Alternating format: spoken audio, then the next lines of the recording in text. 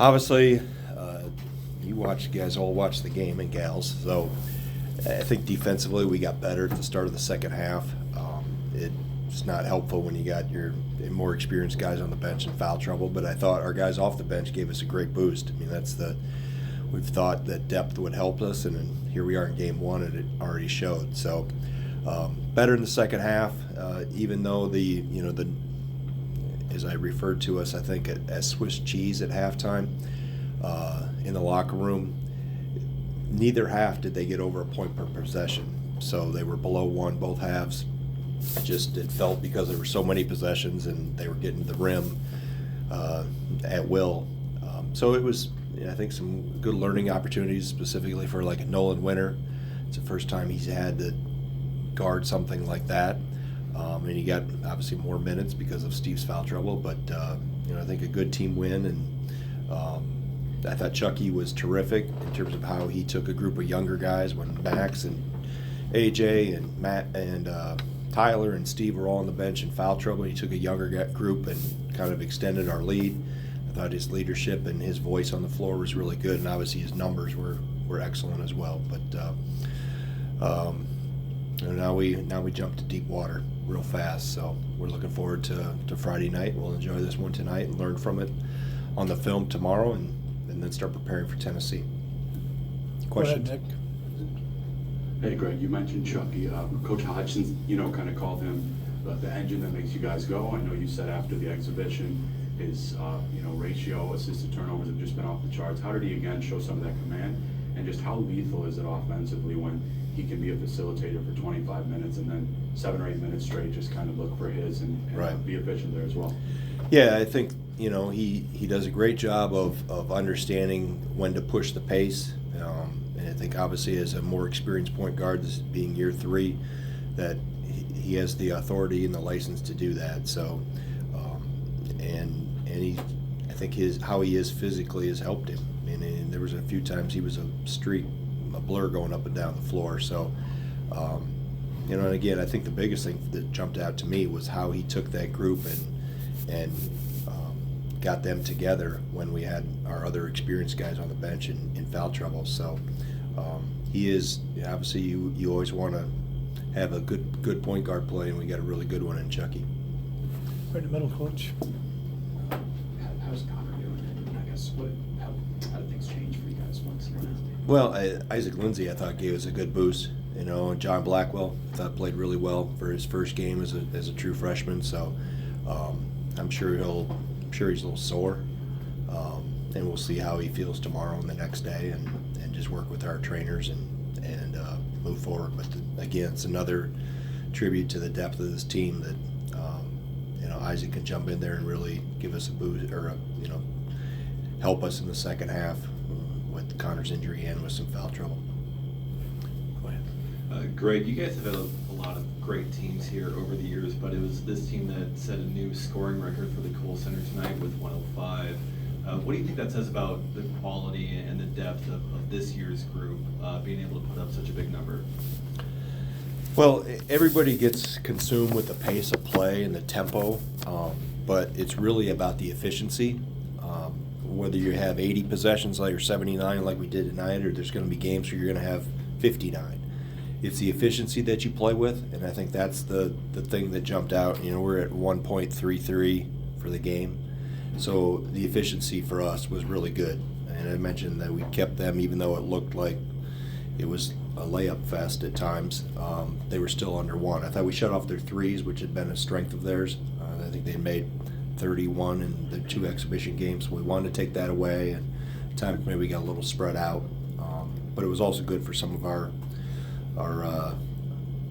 first time against seeing a team that really attacks you off the dribble. And like I said, I thought we got better in the second half. So offensively, I'm more concerned with efficiency than I am what a number says. I'm more concerned on the points per possession, and tonight's were really good.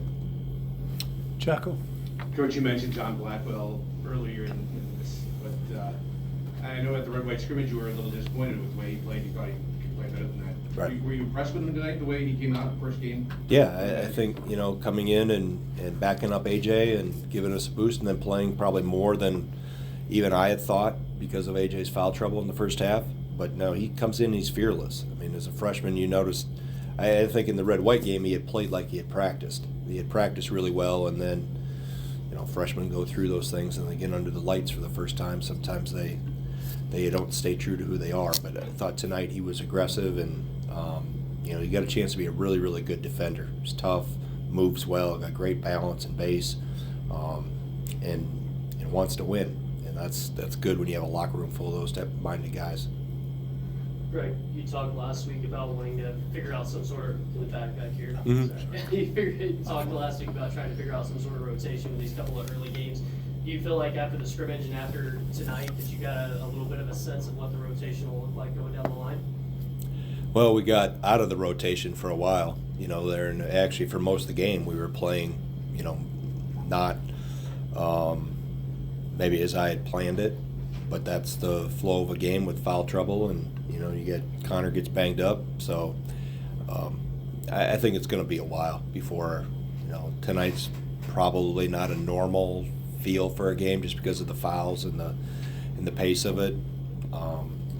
But like I said before, it's nice to know that I can go to a Marcus Ilver and a Lindsey and a McGee and a Blackwell and a Winter and a Gilmore. I mean, they just keep going on the bench, and guys help. They're ready to contribute, and that's the mark of a start of a good team when you have that many guys that are willing to help us out. Got Ben. Greg, you talked in the offseason about needing this team to be more active in the post and get to the free throw line more. I know you're going to go through the tape and find things, but initial impressions, do you think your group did well in those two departments tonight? For the most part, I thought we did it in spurts. I thought we did it early. We went away from it for a bit before we got to immediate timeout and reminded them where we needed to go back again. But to have 56 points in the paint is good. Obviously, that doesn't all come from direct post touches. That's driving it. That's playing in transition some too. So, we need to continue to pound the ball in the paint and play from there. That's how you get your best threes, and that's how you get to the foul line, is by playing aggressively at the rim. And then Jeff in the back. Go ahead. Coach, we saw a lot of different rotations today, but two players I don't think we saw play together were Nolan Winter and Stephen Carell. Mhm. Did you consider playing those two guys together at No. some point? No. Did you see their lineup? Yeah. And the second part, do you envision with the different lineups that you might face Maybe. later on that you might- Yeah, maybe. Yeah. Too big lineup is not what you want to throw out against four guards with the ball coming downhill that fast. We had a hard enough time with one big guy on the floor. But I appreciate your question. You do have to ask. I understand it. Yes, I'll play them together at some point. I'd love to, because they play really well together. Jeff. Greg, you mentioned points in the paint. Do you think this team is at least showing signs early of having guys who are good at cutting to the rim and having other guys with the ball like Steven or Tyler who are good at recognizing that and getting them the ball in scoring position? Yeah, that, and when we do touch the post, I think we've got guys that are very unselfish and have a really good feel for how to find perimeter shooters open. We got a couple of those two post feed kickouts, which is always one of the better playmaking positions to touch it. But yeah, I think there's specifically Tyler and Steve. Nolan, I think, is getting cookies done, or all right. They aren't here tonight. They were here last week. Yeah, I think we obviously need to throw it in there as much as we can, but I think you see the experience of Tyler and Steve, and even to a degree Gilly. I think his balance and his counters and those things. And Marcus is getting there. Still got to get him to finish one of those, but I like how he attacks the glass. And Nolan, I thought, was better tonight with some of his balance and his pace of getting hit and taking contact. So, and then obviously you go down to the wings, and AJ and Klesmet in there. Lindsey has a 3-point play. So yeah, playing through the post is always a good thing. Let's go right in the middle, Coach.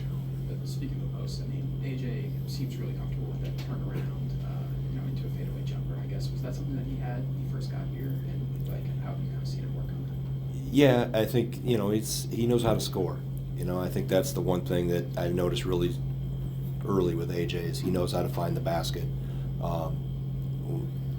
Just making sure we're getting good shots, but he also has an ability to create something out of nothing and can get downhill pretty well. You saw that late in the second half. I think he got isolated at the top of the key and got to the rim pretty quickly. So I think for him, it's still, there's still a growing process. I think he still has so many things that he can get better at.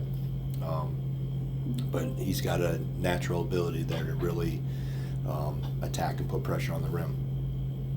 Got two more for Coach. This one, go Coach ahead. Mello Williams with Team NBS Media. Would you talk about the defensive pressure from classmate and Hepburn tonight that created a lot of turnovers that led to a lot of fast break plays? Would you speak about their defense tonight? Yeah, I think you got two experienced backcourt players that, with what Arkansas State does with a lot of slide screens and dribble drive and those things, you end up switching a lot of those actions. So they've had experience with that.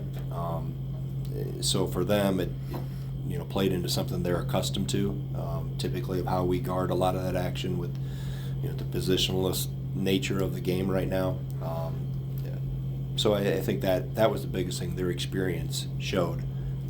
And some younger guys, when we did give up things in the paint or to the rim, there was maybe at times less experienced guys. But I'm sure I can find some things for Max. I know of one for sure that he switched on to a ball handler and still gave up the strong hand. So there's always room for improvement. Final question, Nick. go ahead, Nick. Absolutely, thanks, Greg. I think it was Connor and Chucky up at Big Ten Media Days had mentioned just that Klesmit had taken kind of a big jump. I know you just hit on something defensively, but offensively didn't miss a shot, didn't miss a free throw. As a third, fourth, fifth option, just how dangerous is that offensively for this team? Yeah, I mean, what I've watched with Max is just how his confidence has grown, and that's led to him having a ownership voice with this team too. I think it really started to come out a little bit at the end of last year. I think it took him a while to really get comfortable and really probably prove to himself that he belonged at this level. Transferring, obviously the spring prior, but how he played down the stretch and then watching how he's continued to work on specifically his body. I mean, everybody talks about what Chucky did with his body and how he's improved it. Max did, maybe not to the same degree, but has made himself quicker and I think can play for longer periods of time, those type of things, and continues to work on his game. He's been really good in ball screens in practice in terms of making good decisions, and it's nice to have multiple point guards that you can go to. I can give it to Max, I can give it to Cam for a little bit. Isaac Lindsey has done it, Blackwell's done it at times, and obviously we got a really good one in Chucky.